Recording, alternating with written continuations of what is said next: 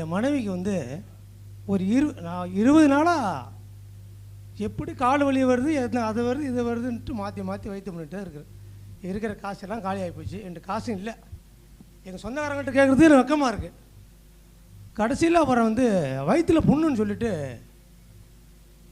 கொண்டுட்டு போயிட்டேன் கவர்மெண்ட்டுக்கு. ஃபியூம்ஸுக்கு கொண்டு போயிட்டேன். அங்கே கொண்டு இப்போ ஒரு 5 நாள் வச்சுருந்தேன். 5 நாள் வச்சுட்டு திரும்ப வீட்டுக்கு கொண்டு வந்துட்டேன். என் மனைவிட்டு யாராவது சொல்கிறாங்க, உனக்கு வந்து காயெல்லாம் எதுவும் இல்லை. நல்லா கவனிங்க மக்களே, உன்னை யாரும் எழுதி கட்டிட்டாங்க போட்டிருக்கு, உன்னை எதோ செஞ்சுட்டாங்க.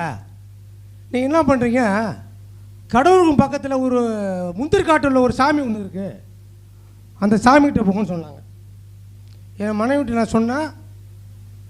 என் மனைவிட்டு சொல்கிறது சரி போகணும்னு சொல்லிட்டாங்க. நானும் அதை கேட்டுட்டு போயிட்டேன். போய் அந்த சாமிகிட்ட முதல் நாள் போனோம். அவர் ஏதோ ஒரு தாயத்தை போட்டு கொடுத்தாரு.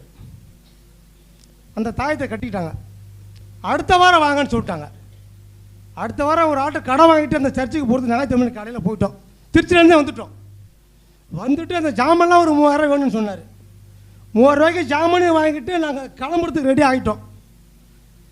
ஏசப்பா ஒரு ஃபோன் பண்ணுறாரு. எங்கேருந்தே வருது ஒரு ஃபோன் எனக்கு. அந்த ஃபோன் ஏசப்பா ஃபோனு தான், வேறு யாரும் ஃபோன் இல்லை. அல்லேலூயா சொல்லுங்க. அது ஏசப்பா ஃபோன் தான். என் காரை ஒழிச்சுது.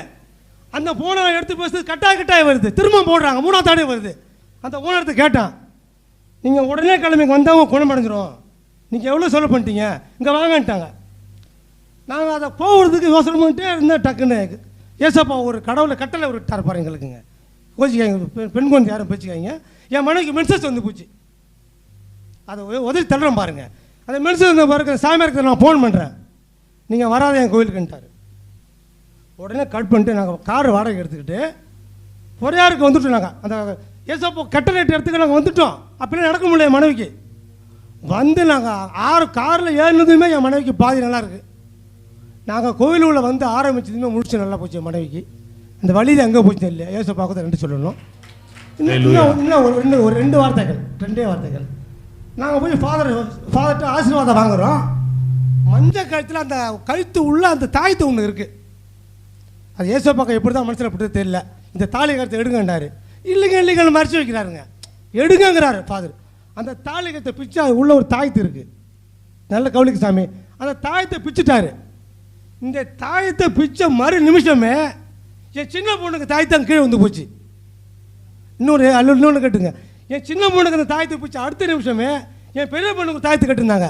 அந்த தாயத்தை எட்ட பிடிச்சி ஏசப்பாவுக்கு தான் நன்றி சொல்லணும். என் மனைவி இப்போ முழு சுகத்தில் இருக்காங்க. ஏசப்பா தான் காரணம். இந்த வைத்தியமே கிடையாது. என் மனைவி 2 வார்த்தை பேசுவாங்க. ஏசப்பாவுக்கு தான் நன்றி. எங்கள் ஏசப்பா கூப்பிட்டாங்க, எங்களோட சொந்தக்காரர்களுக்கும் நன்றி.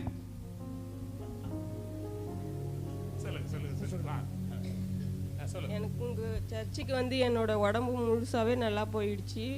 எனக்கு இப்போ உடம்பு நல்லா தெம்பாக இருக்குது. நான் ஏசப்பாவுக்கு நன்றி சொல்கிறதுக்கு ஏசப்பாவை கும்பிட தான் இங்கே வந்தேன். நன்றி இயேசுவுக்கே. கையை தட்டி அல்லேலூயா. எலியோனை கண்ணோக்கி பார்த்தீரையா, பெயர் சொல்லி என்னை அழைத்தீரையா. அவங்கள வந்து கொண்டு வரும்போது அப்படி வந்தாங்க, பயங்கர வேதனையோடு வந்தாங்க. அவங்க வந்து கழுத்தில் தாயத்தை போட்டுருந்தாங்க. தாயத்தெல்லாம் கட்டிட்டு ஜெபம் பண்ணி விட்டேன். ஆண்டவர் அற்புதம் செஞ்சார். இவங்க வீட்டுக்கு நுழையிறாங்க.